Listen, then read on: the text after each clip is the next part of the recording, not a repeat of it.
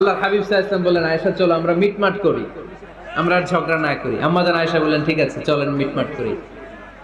বিষ্ণু বলেন, ঠিক আছে একজনকে নিয়ে আসি যে দুইজনের মাঝে মিটমাট করাই দিবে। কারে নিয়ে আসবো?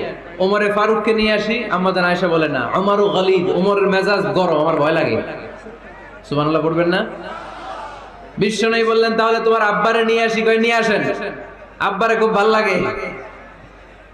বিষ্ণু বললেন, ঠিক আছে তোমার কথাই রইলো, ওমরকে ডাকবো না, তোমার আব্বা আবু বকরকে নিয়ে আসবো। বিশ্বনবী মিটমাট করার জন্য সাইয়েদনা আবু বকর রাদিয়াল্লাহু তাআলা আনহুকে ডেকে নিয়ে আসলেন।